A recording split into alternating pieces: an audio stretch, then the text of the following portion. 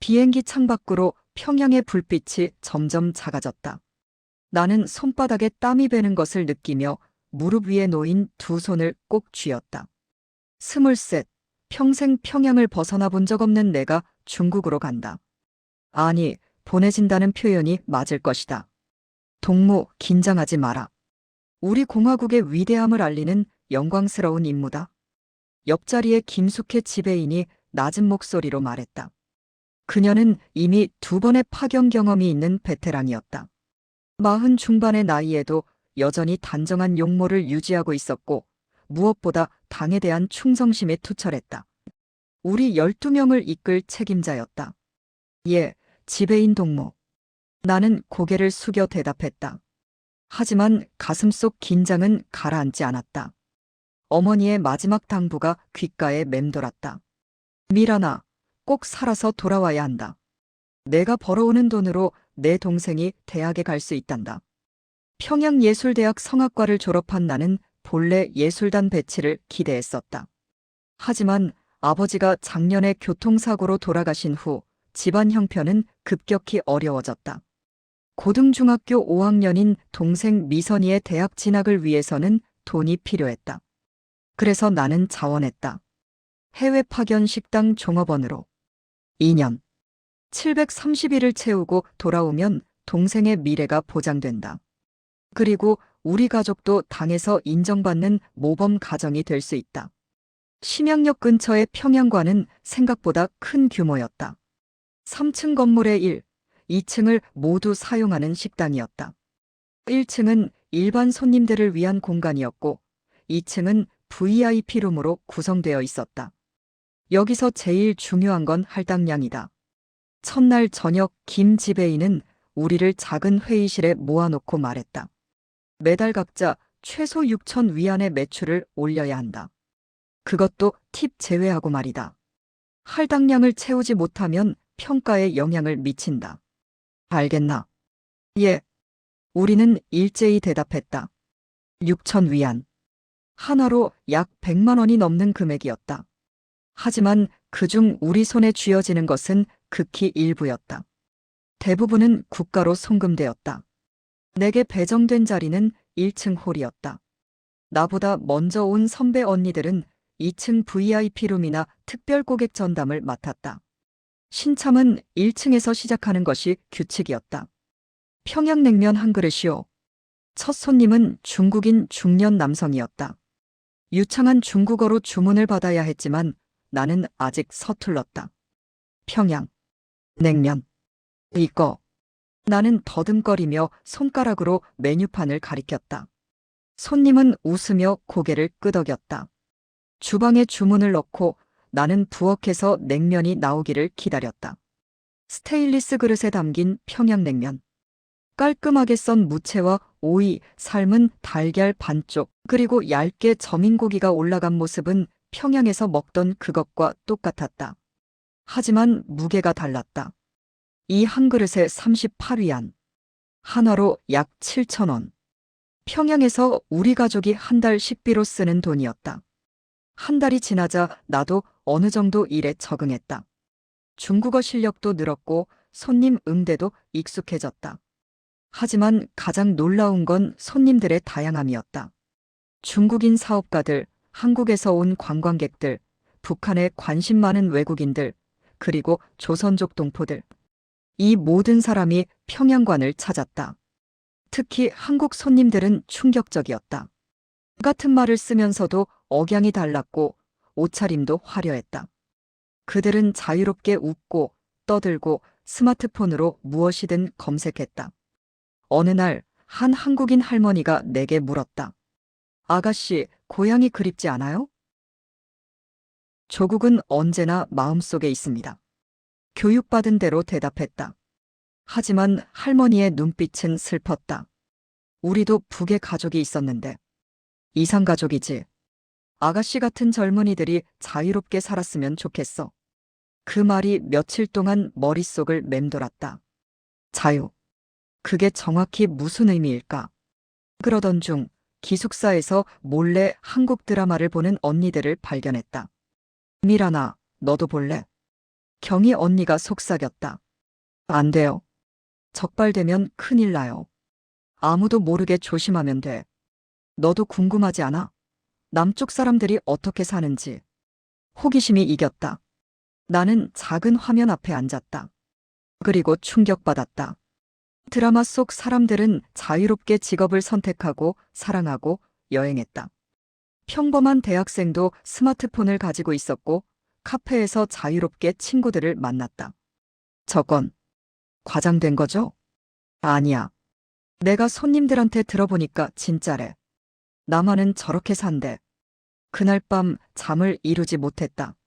내가 알고 있던 세상이 전부가 아니었다. 그는 한국에서 온 사진작가였다.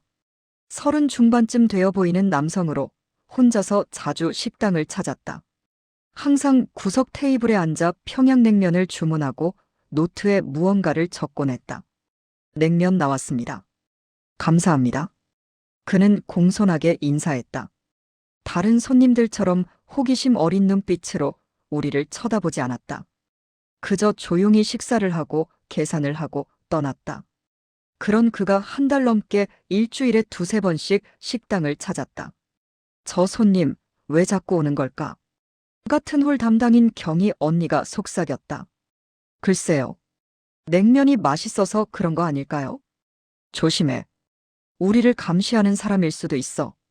하지만 정우진이라는 그 남자는 정말 아무것도 요구하지 않았다. 그저 냉면을 먹고 때로는 녹두전이나 만두를 추가 주문하고 조용히 떠났다. 그러던 어느 날이었다. 실례합니다. 혹시 이거 읽을 수 있으세요? 그가 조심스럽게 노트를 보여주었다. 한글로 쓰인 메모였다. 이 집 평양냉면이 진짜 평양 맛과 비슷한가요? 나는 순간 당황했다. 손님과 불필요한 대화를 나누는 것도 권장되지 않았다. 하지만 그의 눈빛에는 진심 어린 궁금증이 담겨 있었다. 예, 평양에서 먹던 맛입니다. 나는 짧게 대답하고 재빨리 자리를 떴다. 가슴이 두근거렸다. 긴급 소집. 한밤중에 김 지배인이 우리를 모두 깨웠다. 선희가 사라졌다. 충격적인 발표였다. 선희는 2층 VIP 담당이었고 나보다 1년 선배였다. 활발하고 명랑한 성격이었다. 마지막으로 본 사람이 누구냐? 저녁 9시쯤 복도에서 봤습니다. 한 언니가 떨리는 목소리로 대답했다. 김 지배인의 표정이 굳었다. 선희의 방을 수색했다. 여권과 개인 물품이 모두 없어졌다. 이것은 명백한 이탈이다. 이탈. 그 단어에 우리 모두는 숨을 죽였다. 당국에 이미 보고했다. 선희의 가족은 모두 처벌받을 것이다. 너희들도 조심해라. 한 사람의 배신이 모두를 위험에 빠뜨린다. 그날 밤 나는 두려움에 떨었다. 선희 언니의 가족은 어떻게 될까? 부모님은? 혹시 동생도 있다면? 하지만 동시에 다른 감정도 느꼈다. 부러움. 선희 언니는 지금 어디에 있을까? 자유로운 세상으로 갔을까? 며칠 후 김 지배인이 나를 불렀다. 림이란 내 동생 미선이한테서 편지가 왔다. 편지를 받아들고 읽었다. 언니, 이번 달 생활비가 안 들어왔어. 학교에서 돈을 독촉하는데 어떻게 해야 할지 모르겠어. 언니, 괜찮은 거 맞지? 답장 꼭 해줘. 가슴이 철렁 내려앉았다. 선희 사건 때문에 이번 달 송금이 모두 보류되었다. 보안 조사가 끝나야 재개된다. 그럼 우리 동생은? 조금만 기다려라. 곧 해결될 것이다. 하지만 그 조금이 얼마나 걸릴지 아무도 알 수 없었다. 정우진은 선희 사건 이후에도 계속 식당을 찾았다. 어느 날 그가 VIP룸을 예약했고 나는 우연히 그 방을 담당하게 되었다. 안녕하세요. 평양냉면 하나 주세요. 주문을 받고 나가려는데 그가 조심스럽게 말했다. 잠깐만요. 혹시 선희 씨 아세요? 심장이 멎는 것 같았다. 모릅니다. 거짓말하지 않아도 돼요. 선희 씨는 무사해요. 지금 한국에 있어요. 나는 문손잡이를 꽉 쥐었다. 저는 아무것도 모릅니다. 알아요. 무서우시죠? 하지만 들어만 보세요. 그는 조용히 말을 이었다. 선희 씨가 저한테 당신 이야기를 했어요. 동생이 있고 어머니가 계시다고. 가족 때문에 힘들어한다고. 어떻게? 선희 씨는 가족이 없었어요. 그래서 선택할 수 있었죠. 하지만 당신은 다르다는 걸 알아요. 정우진은 명함을 테이블 위에 놓았다. 강요하는 게 아니에요. 단지 선택권이 있다는 걸 알려드리고 싶어요. 이 번호로 연락하면 도와드릴 수 있어요. 당신뿐만 아니라 가족까지도요. 가족까지요? 네. 한국 정부에는 탈북민 정착 지원 제도가 있어요. 일단 한 사람이 한국에 정착하면 나중에 가족을 데려올 방법이 있어요.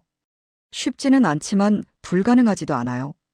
그날 밤 나는 명함을 보며 밤새 고민했다. 동생 미선이의 편지가 또 왔다.